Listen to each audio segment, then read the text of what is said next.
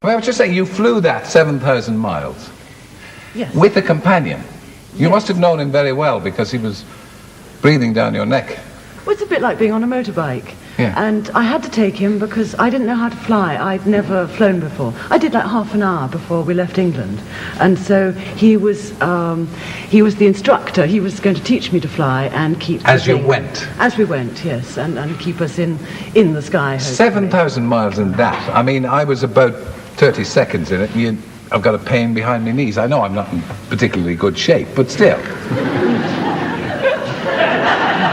Yes. Did you really? How did you feel? 7,000 miles scrunched up in that?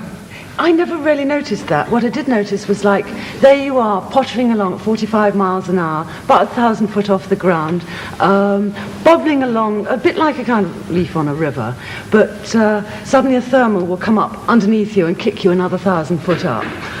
If it gets very turbulent and you hit what seems to be a hole in the air, and you just drop so fast, there's an altimeter, and the needle would just fall off the bottom of the gauge when we actually went into negative gravity, which was quite frightening. You're quite frightening, I suppose, yes. Not to people like you and me, of course, Christy. As for you, Tom, a piece of cake again for you. You sailed the Atlantic twice and you rode the Atlantic on your own. Twice, yeah. And before the first trip, correct me if I'm wrong, and you probably won't, you'd never been to sea. No, I've never been to sea or even lived near the sea. I was in the army at the time, and I thought, I'll have a go at it. Ridgway and Blythe started it, and then after that I thought I'd do it on my own. And I rode it in 70 days. But hang on, this might create a lot of ambitions in people who've never done anything in their lives before, thinking, yes, well, I've never climbed Mount Everest, I'll go and do it tomorrow. Yeah. True. I mean, foolhardy, really, eh? No, not at all. I think when you're young and you're 26, you're looking for adventure, or some of us are. And some would say you're trying to commit suicide. There's very little what you can do, and I just thought I wanted to row the ocean then. I built the craft, and the time you took a whole winter to build the craft, you're really wanting to do it. And I learned from other people. I get the information from Che, from Ridge, and I learned, and then I was determined, and I did it. And then someone else took the record, and I've done it again. No more. You've had it with the rowing? With the rowing. Well, look, we've got a little clip from you rowing because you had a film camera in the boat. And this, I think, was taken the morning after the boat capsized in the middle of the Atlantic. Turn right over. Turn right over, yeah. Let's have a look at this. When I came back out of the cabin, the whole thing was, well, it wasn't awash, it was just under the gunwales. I lost all my cooking pots and pans. And also what broke, wind generator all broke. I'm really glad to be here in sometimes. Well, after the night, I'm lucky to be here at all, so I'm really happy. I'm really happy.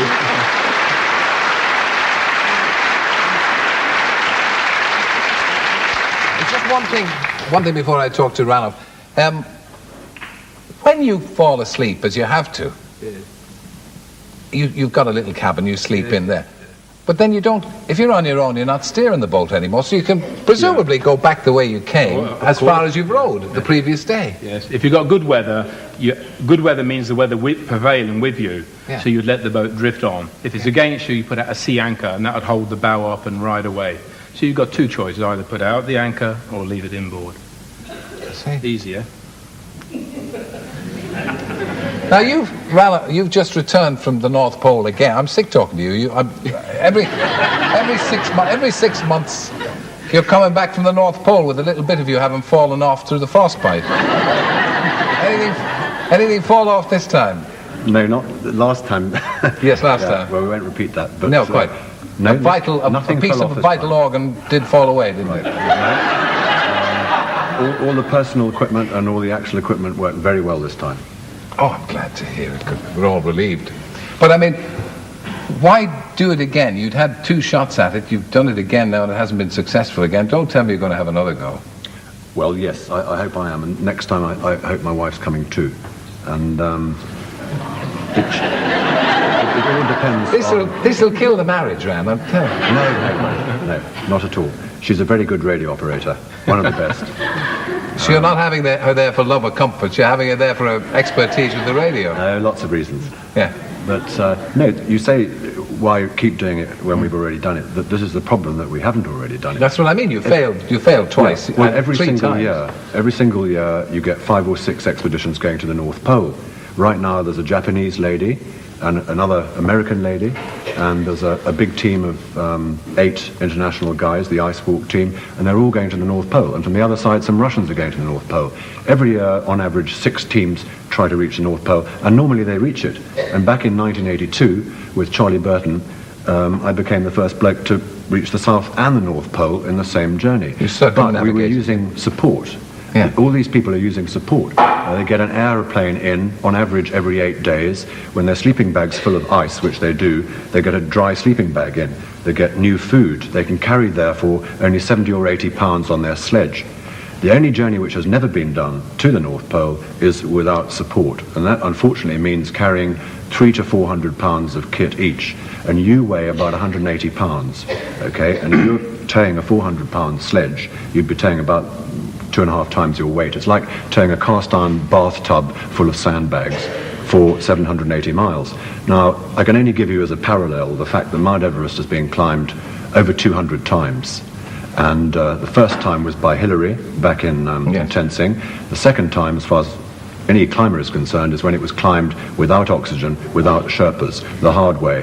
And those are the 2 journeys, supported and unsupported. As yet, no one has reached even a quarter of the way to the North Pole without support. We hold the world record, and hopefully next year, or the next, we'll actually get there.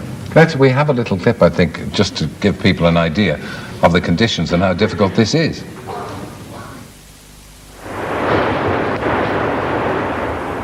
Sir Ranulph Fine's first sighting of the reshaped Arctic Ocean convinced him that he was about to face his most difficult task to date. Together with expedition partner Dr. Mike Stroud, they tested their 400-pound sleds inside the frozen jumble. Progress was almost impossible. Apart from the sleds, which were loaded with 60 days' supplies, soft, deep snow quickly exhausted them as they sank through it. Well, man,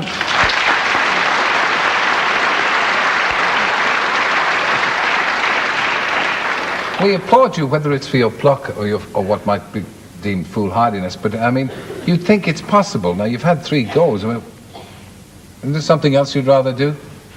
Oh yeah, the rest of the year I keep dead warm. But no, during those 2 months, I want to keep doing it until we do it. And I've got a really good friend and accomplice, Mike Stroud, who couldn't be better. The kit's great, and we'll do it as soon as the conditions are right. Meanwhile, we'll watch all the other North Pole people doing it the easy way. Yes, without feeling jealous. Right. Right. Hopefully. Now, Christina, not only did you fly the 7,000 miles in that, what seems ridiculous, but I'm sure extremely safe little microlight. And you've sailed the Atlantic. Now, can I ask the 3 of you, what is it that makes you want to do this? I'll ask you first, Christina. I wanted to learn to fly. I'd had this dream of learning to fly, and I'd had some wonderful horse journeys and river journeys, and I thought, it's time to learn to fly. But I wanted to use the microlight as a horse, because that's what I understand. It's like, I put saddlebags on it for unsupported. They said, you've got to have a truck carrying all your gear. And I said, there's no point in having an aircraft if you need something to carry all your gear. It's got to be self-contained, like a horse, because it can land out anywhere in the bush. Yeah, but I didn't really mean it that way. I meant, why do you want to do things in the first place? Because I've talked to you before, and the blood-sucking bees and the Revolutionary Guards in Iran and all sorts of tremendous privation and danger you've put yourself into. Same with Tom, same with Ran. Why do you do that? Why do you want to do that? A lot of it is just curiosity. The best way to find out what something's like is to do it. I do it for the hell of it. I think when you're young, some people are either adventurous or they're not. And I think we're just all adventurers, and we do things because it's there. We want to do it. It starts off, I was brought up in an orphanage, then I was in the Paras, and it goes on that you're doing daring things. Now, as I said earlier, you're limited in what you can do in this so-called civilized world. So the only thing you can do is go out on your own and do things. And this is what we're doing. It's not an indication of some kind of inadequacy, is it? Rather, you wanted to prove something to yourself that the rest of us don't feel necessity to prove? Well, it might be that, and psychologists might say that, but I'm not good at introspection, so I can't tell you whether that's true or not. But from the point of view of the fact that for 10 months a year I have to wear a tie and go into a London office, my employer, who's 90-year-old, luckily gives me 2 months off every year. And one could go to Torremolinos, but where we go is more enjoyable.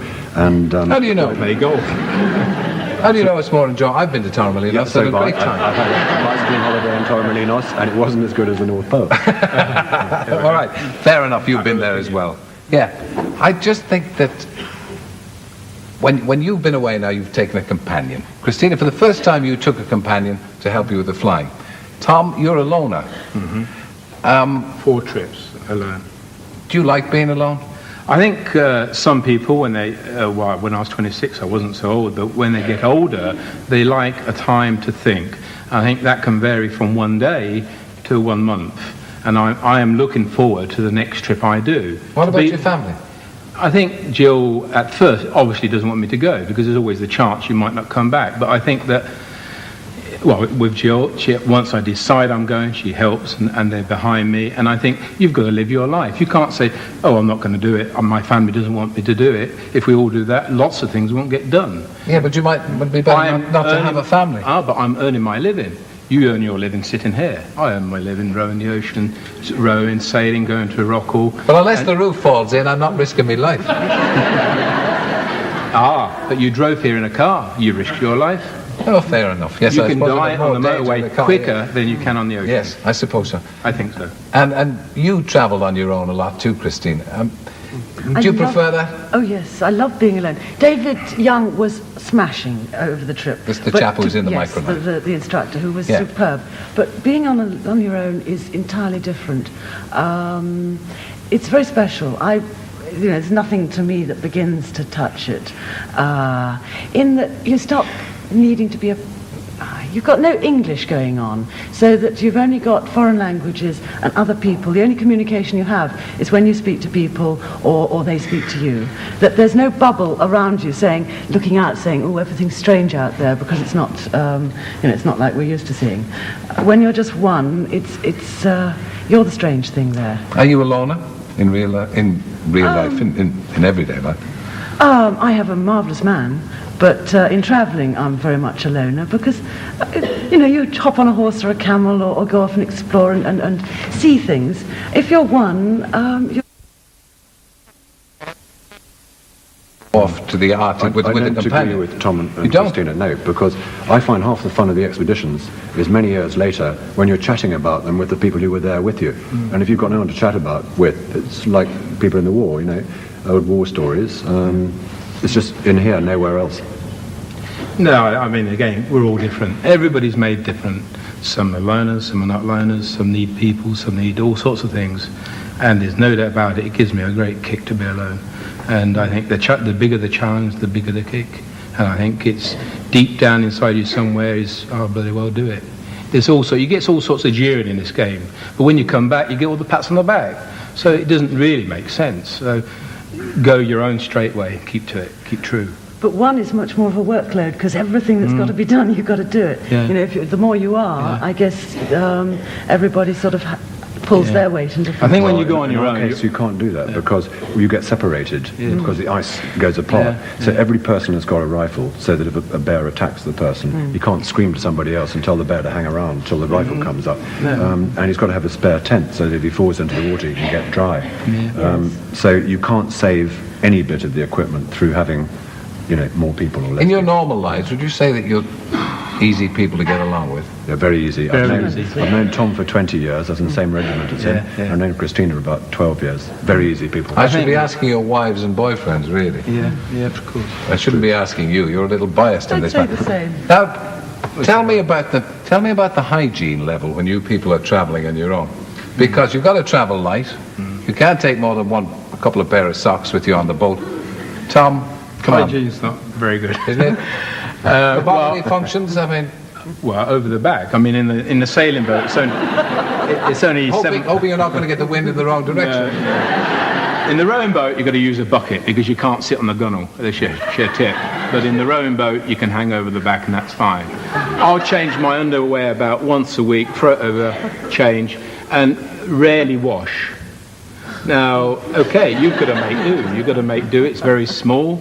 It's 7 feet. If you start bringing piles of clothes in... But when you finally arrive having achieved the greatness, I mean, people can't get within 100 yards of you.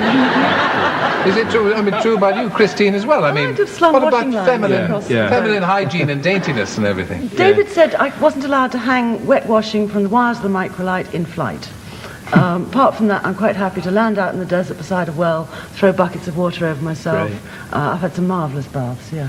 Have you? What about you, Ralph? You get into a suit and you can't get out of it for weeks. Well, we don't... When you're unsupported, you take nothing spare. No goggles, no underpants, nothing spare at all, not even a toothbrush. And if you hang it out to dry, it freezes solid. But let me ask you, you can't get out of this suit, because if you did, you get hypothermia. Right. Now... So you sleep in it at night? Yeah, but how are you getting rid of Well, after about 5 weeks, you can smell the body odour of yourself, but not of the other guy. This is very lucky. And there isn't anyone else except the two of us to smell us. And so... But you see what I mean? You can't go over the side of the boat. Wait. No, that is, I hoped you wouldn't go into that. No, I think it's the kind of thing that everybody wants to know. All right. Well, in that case, you asked for it, Mary Whitehouse. And if you have a situation where for that length of time you are together in a tent, then one person goes outside the tent and the other one goes inside the tent. And the one that has piles has the honour of going inside the tent. But we don't carry anything to go into because that's extra weight. So we have cold cereal start in the morning. That's a wax packet of breakfast cereal. And after that, I get given the empty little paper packet of breakfast cereal. I'm not sure I understood that explanation. Delicately put. It was extremely delicate. How about morale? I know you, for instance, you say you're loners, you like to be on your own. Can you feel a depression coming? Can you? Never been depressed. I think, again, it's you either got it or not. I can honestly say, on your life, that I've done 4 trips, it's 400 or 500 days, and right from the beginning and nearly right to the end, I'm 100%. Do you never feel, Christina, I want to go home. I want to get out of this desert and go home? I have the one where I think if I... Never again. That when you're hitting sandstorm after sandstorm, and first you thought you could jump them, and then you find out that you've got to come down through them, and that the fear when things are going badly wrong. No, I mean, morale... But there again, it was in that storm that went on for a week that I went walkabout and found the dinosaur skeleton. And my morale, when you uncover something which has lain buried for 60 to 100 million years, untouched, I was high for weeks on that. It still stuns me. Yeah. Well, them were wonderful moments, but... do you ever feel a bit guilty that you might be costing us a lot of money if any of you ever get lost? No way. Yeah. You take out search and rescue insurance, otherwise you're not allowed up there, and the only aircraft company that comes and rescues you would go bust if they didn't have people to rescue. And that's what they're there for. It's a catch-22.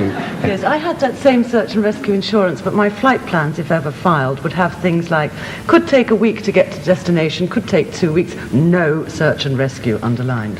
Because, yes, you can be charged £500,000. Very good. Well, I know that Tom certainly doesn't... Tom believes he's always going to survive, don't you, Tom? No, the day will come where I won't. But let's hope it, whenever it does, I'm not going to worry about it. I think that whatever adventure I'm going to do, I'm going to go out there knowing I'm going to come back. And if you hesitate, then you fail. I mean, there's no doubt about it. And I just enjoy it, get on with it. I think that it's great fun. And I would encourage more adventurers and more of this. This is real living, rather than motor cars, cities, studios. Tom's Let's get out there. When he talks about the motor cars, if you go to the Arctic, you can't get mugged. There's nobody to mug you, it's bears. You cannot catch a cold or any germ because they all get killed by the cold. And I have to travel along the M4 and the M5 every week to my job, and you don't have that danger. You cannot get run over in the Arctic either. Well, you make it sound tremendously attractive. You've both, all three of you, been extremely good guests and most colourful. And whatever your expeditions, whatever your future, I hope you'll reach the Arctic. Christina, you'll do whatever you have to do. You too, Tom. Thank you all for joining us.